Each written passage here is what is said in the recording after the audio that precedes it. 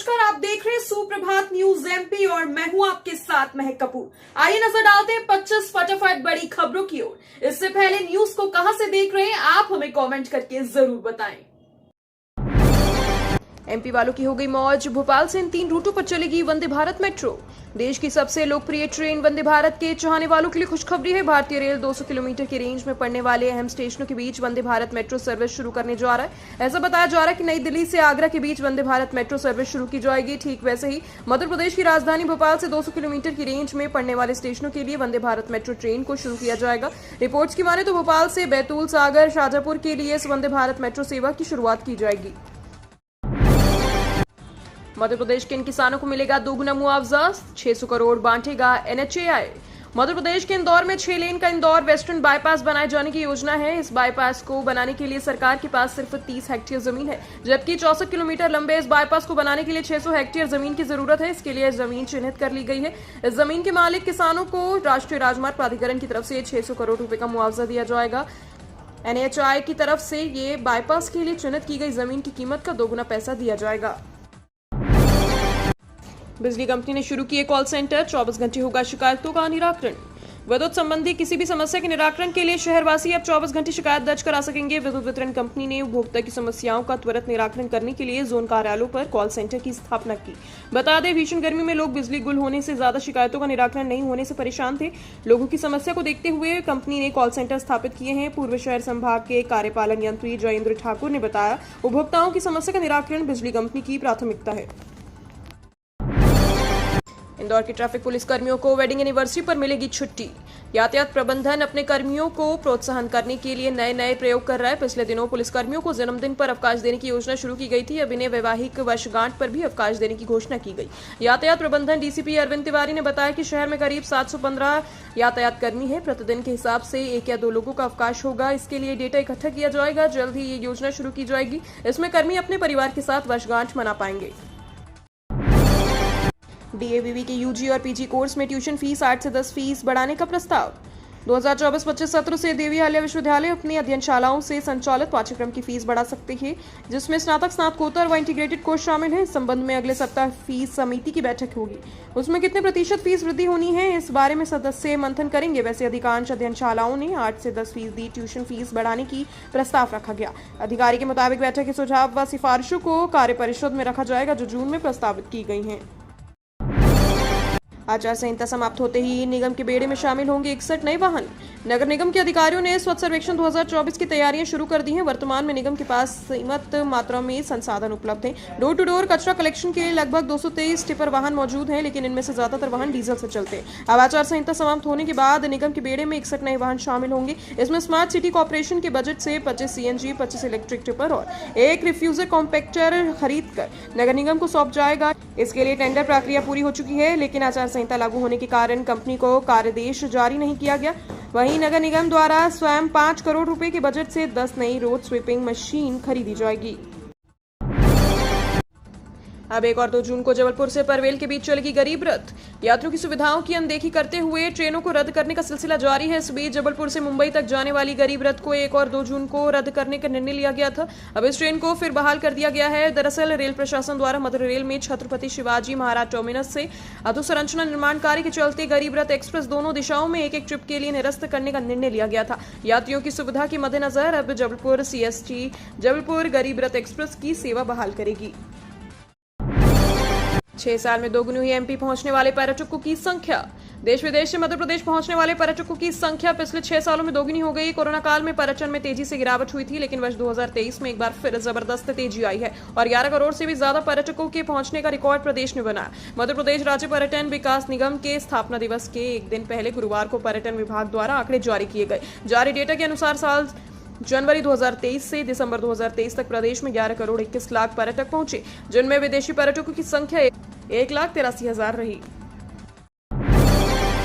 Kyrgyzstan में पढ़ रहे एमपी के छात्रों के लिए हेल्पलाइन नंबर जारी। सीएम मोहन यादव ने दिया वापस बुलाने का भरोसा। किर्गिस्तान में राजधानी बिश्केक में चल रहे भारी बवाल में भारत के कई राज्यों के विद्यार्थी फंसे हुए हैं। ऐसा बताया जा रहा है कि वहां के स्थानीय विद्यार्थी भारत, बांग्लादेश और पाकिस्तान के बच्चों को टारगेट कर रहे हैं और उनके साथ मारपीट करने की कोशिश की जा रही है। ऐसे में मध्य प्रदेश सरकार ने राज्य के उन बच्चों के लिए हेल्पलाइन नंबर जारी किया है जो किर्गिस्तान में पढ़ाई करने गए थे। वहीं राज्य के मुख्यमंत्री डॉक्टर मोहन यादव ने छात्रों को वापस बुलाने का भरोसा भी दिया। 2 दिन बाद और बढ़ेंगे गर्मी के तेवर। नौतपा में लगभग 45 डिग्री रहेगा मध्य प्रदेश का तापमान। मध्य प्रदेश में गर्मी इन दिनों तीखे तेवर दिखा रही है। 2 दिन बाद गर्मी के ये तेवर और भी तीखे होने वाले हैं। 25 मई से नौतपा की शुरुआत हो रही है। 2 जून तक ये सब चलेगा। मौसम विभाग के अनुसार इस बार नौतपा जमकर तपेगा। प्रदेश के ज्यादातर शहरों में तापमान 45 डिग्री के आसपास रहेगा। इस दौरान पूरा प्रदेश लू की चपेट में रहेगा। ज्योतिषाचार्यों के अनुसार भी इस बार नौतपा जमकर तपेगा, जिससे इस बार अच्छी बारिश भी होगी। ज्योतिषाचार्य पंडित सौरभ गणेश शर्मा के अनुसार 25 मई से नौतपा की शुरुआत हो रही है। कथा के बीच बीजेपी का प्रचार कर रहे पंडित प्रदीप मिश्रा। शिकायत के साथ चुनाव आयोग पहुंची कांग्रेस। कथावाचक पंडित प्रदीप मिश्रा को लेकर कांग्रेस बड़ा आरोप लगा रही है। कांग्रेस नेताओं की ओर से भारत मुख्य निर्वाचन आयोग के नाम शिकायत पत्र सीहोर कलेक्टर कार्यालय में सौंपा गया, जिसमें बताया गया कि आचार संहिता के नियमों का खुला उल्लंघन करते हुए प्रदीप मिश्रा अपने भक्तों से बीजेपी को वोट डालने के लिए कह रहे हैं। कांग्रेस का आरोप है कि प्रदीप मिश्रा कथा के दौरान बीजेपी के लिए वोट मांग रहे हैं। इतना ही नहीं, बीजेपी नेता पंडित मिश्रा कथा में पहुंचकर अपने लिए वोट भी मांग रहे हैं। कांग्रेस ने प्रत्याशियों के बाद पोलिंग एजेंट्स को बुलाया भोपाल। 25 मई को ट्रेनिंग आयोजित। लोकसभा चुनाव की वोटिंग के बाद अब कांग्रेस मतगणना की तैयारियों में जुटी है। 20 मई को ही कांग्रेस ने राजधानी भोपाल के पीसीसी कार्यालय में आयोजित बैठक में प्रत्याशियों को बुलाया था, तो अब कांग्रेस उनके अभिकर्ताओं को बुलाने जा रही है। कांग्रेस ने 25 मई को भोपाल में अभिकर्ताओं की ट्रेनिंग रखी। इनमें ट्रेनर द्वारा अभिकर्ताओं को मतगणना से संबंधित जानकारी दी जाएगी।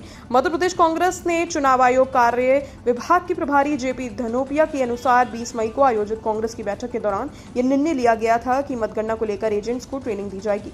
इसी को लेकर अब 25 मई को भोपाल में ट्रेनिंग कार्यशाला रखी गई है। अक्षय कांति बम को लेकर कैलाश विजयवर्गीय का बड़ा दावा। मध्य प्रदेश के कैबिनेट मंत्री और बीजेपी के कादेवर नेता कैलाश विजयवर्गीय ने कहा कि अक्षय कांति बम का बीजेपी में शामिल होना उनका अचानक उठाया गया कदम है और उन्होंने अक्षय बम को बीजेपी में शामिल करवाने जैसी कोई योजना कभी बनाई नहीं थी। इस मामले में कैलाश विजयवर्गीय ने अपने सोशल मीडिया अकाउंट पर एक वीडियो पोस्ट किया, जिसमें वह निजी मीडिया संस्थान को इंटरव्यू दे रहे हैं। एक प्रश्न का उत्तर देते हुए विजयवर्गीय ने कहा कि अक्षय बम को लेकर ऐसी कोई योजना ही नहीं थी, सब कुछ अचानक हुआ।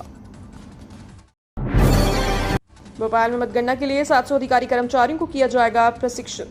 लोकसभा संसदीय क्षेत्र भोपाल के 7 विधानसभा क्षेत्रों में मतों की गिनती 4 जून को पुरानी केंद्रीय जेल में होगी। मतगणना को लेकर जिला निर्वाचन कार्यालय द्वारा तैयारियां पूरी कर ली गई हैं। अब मतगणना करने वाले लगभग 700 अधिकारी एवं कर्मचारियों को प्रशिक्षण दिया जाएगा। वहीं राजनीतिक दलों के द्वारा अपने एजेंट की जानकारी भी उपलब्ध कराना शुरू कर दिया गया है। उप जिला निर्वाचन अधिकारी दीपक पांडे ने बताया कि मतगणना को लेकर पुरानी केंद्रीय जेल में सभी तरह की तैयारियां अंतिम चरणों में है। यहां बने स्ट्रांग रूम में 2097 केंद्रों की बैलेट यूनिट, कंट्रोल यूनिट और वीवीपैट मशीनें रखी गई। यहां 3 स्तर की सुरक्षा व्यवस्था लगाई गई है। भीषण गर्मी के बीच बिजली कटौती से परेशान हुआ इंदौर। आधी रात के बाद भी जोन पर विरोध प्रदर्शन। तापमान बढ़ने के साथ ही इंदौर की बिजली आपूर्ति व्यवस्था चरमरा गई है। हर क्षेत्र में घंटों बिजली गुल हो रही है। तेज गर्मी के बीच दिन और रात की अघोषित कटौती के लोग परेशान हैं। शहर के किनारे पर नई बसी कॉलोनियों में तो 8-8 घंटे की बिजली कटौती हो रही है। शिकायत के लिए बनी हेल्पलाइन ठप हो रही।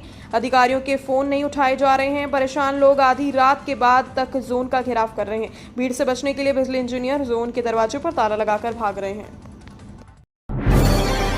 शिप्रा शुद्धिकरण के लिए देवास कलेक्टर की बड़ी पहल। अलग अलग जगह जाकर लोगों को ऐसे किया जागरूक।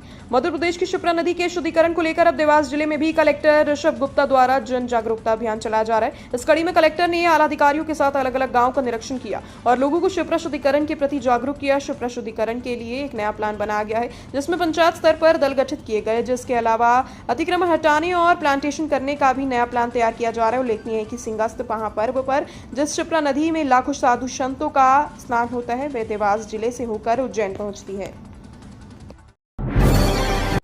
दिग्विजय सिंह या रोटमल नागर, राजगढ़ के 3 विधानसभा क्षेत्रों में एक तरफा मुकाबला।